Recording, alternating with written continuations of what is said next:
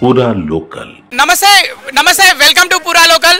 నీకు రాసి పెట్టుంటే అది ఎక్కడికి తిరిగి అయినా నీ దగ్గరికే వస్తా అని పెద్దోళ్ళు చెప్తుంటారు. ఇప్పుడు మీకు అర్థమైపోయింది అనుకుంటా ప్రస్తుతం నేను ఎవరితో ఉన్నానో.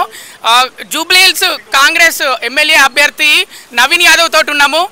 అన్న, మీరు 2 సార్లు పోటీ చేసిరు, ఓడిపోయారు. మళ్ళీ ఇప్పుడు ఛాన్స్ వచ్చింది మీకు.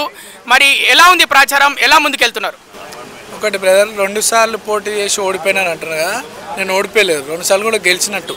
ఎట్లా అంటే ఎంఐఎం పార్టీ నుండి, అంటే ఓల్డ్ సిటీ పరిమితమైనటువంటి పార్టీని న్యూ సిటీలో హిందువులను ఎంకరేజ్ చేయాలనే ఉద్దేశంతో, బీసీలను ఎంకరేజ్ చేయాలని ఉద్దేశంతో అవకాశం కల్పిస్తే ప్రజలు 42,000 ఓట్లు వేసి స్వాగతించినారు.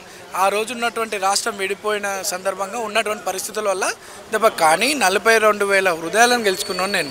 నెక్స్ట్ రాజకీయ అవకాశం రాకపోతే స్వతంత్ర అభ్యర్థిగా వేస్తే 20,000 మంది నన్ను ఓట్లు వేసి ఆశీర్వదించారు. అది హైదరాబాద్లోనే చరిత్ర. సో అది నా గెలుపనే అనుకుంటున్నాను.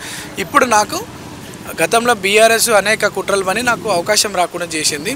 ఈరోజు మీరు ఇప్పుడు అన్నారు రాసి పెట్టుంటే ఎటు తిరిగి వస్తుందని మీరే అంటున్నారు ఇప్పుడు.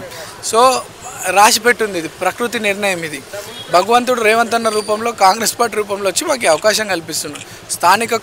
స్థానిక ప్రజల కోరిక మేరకు ఒక స్థానికుడు ప్రజలకు అండగా నిలబడే వ్యక్తిగా నా సర్వేలలో నన్ను గుర్తించడం నేను చాలా సంతోషంగా ఉన్నాను. నాకన్నా ఎక్కువ మా ప్రాంత ప్రజలంతా కూడా చాలా సంతోషంగా ఉన్నారు.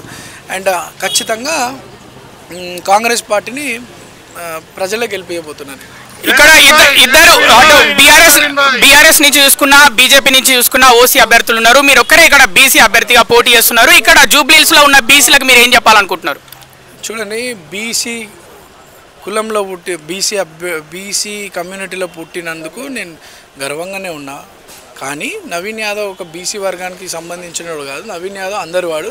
నవీన్ యాదవ్ బీసీ వర్గాలతో పాటు SC, ST, minority and settlers అందరికి అండగా నిలబడడానికే పనిచేస్తాను. బీసీ వర్గాలలో కాంగ్రెస్ పార్టీ ఏదైతే నినాదం తీసుకొని పోతుందో, బీసీలో ఒక రాజకీయ, ఆర్థిక, ఎంప్లాయ్మెంట్ ఈ విషయాలలో ఎంపవర్ చేయాలని ఏదైతే అనుకుంటున్నారో కాంగ్రెస్ పార్టీ, దాన్ని ప్రజలు స్వాగతిస్తున్నారు. ఆ లీగల్ ఇష్యూస్ జరుగుతూ ఉన్నాయి. బట్ ఈరోజు ఒక బీసీగా నన్ను గుర్తించినందుకు కూడా మా బీసీ వర్గాలు చాలా సంతోషపడుతున్నారు. కానీ నవీన్ యాదవ్ బీసీలతో పాటు అందరి వాడు. మిమ్మల్ని ఓవైసీ కలిసిండు, నిన్న ఓవైసీ కలిసిండు మిమ్మల్ని. చాలా వైరల్ అయింది వీడియో ఇండియా మొత్తం. అంటే మద్దతు ఇస్తున్నారు ఓవైసీ మీకు? ఆయన వచ్చి నన్ను కలవలేదు. నేను నామినేషన్ వేసిన ఆపోజిట్లోనే మస్జిద్ ఉంటుంది. ఓవైసీ సార్ అలా నమాజ్ చేస్తుండే నేను పోయినా బ్లెస్సింగ్ తీసుకుందామని. ఎంతైనా ఇస్ మై గురు, పొలిటికల్ గురు. పోయి బ్లెస్సింగ్ తీసుకొని పోయినా. చెప్పినారు, నవీన్ ఎట్లయితే నువ్వు అందరినీ కలుపుకొని పోతావో రేపు నీ ప్రజల ఆశీస్సులతో గెలిస్తే అందరితో అట్లే కలుపుకొని డెవలప్మెంట్ మీద బాగా కాన్సన్ట్రేట్ చేసి మంచి పేరు సంపాదించుకో, మా సపోర్ట్ ఉంటుందని చెప్పి. మీకు ఓటేస్తే మజ్లిస్కి ఓటేసినట్టే అని బీజేపీ వాళ్ళు అంటున్నారు, ఏం చెప్తారు? వాళ్ళకి ఈడ డెవలప్మెంట్ చేయడానికి చేత కాదు. ఇవన్నీ మా మధ్యలో డిఫరెన్సెస్ దేనికి అవన్నీ మాటలు అవన్నీ పట్టించుకోము. జూబ్లీహిల్స్ ప్రాంత ప్రజలందరూ కూడా అభివృద్ధి చూడండి, అభివృద్ధి లక్ష్యంగానే మేము మీ ముందుకు వస్తున్నాం. 150 కోట్లతో డెవలప్మెంట్ యాక్టివిటీస్ చేసింది కాంగ్రెస్ పార్టీ. సంక్షేమ పథకాలు కూడా అర్హులైనటువంటి వాళ్ళందరికీ ఇస్తుంది.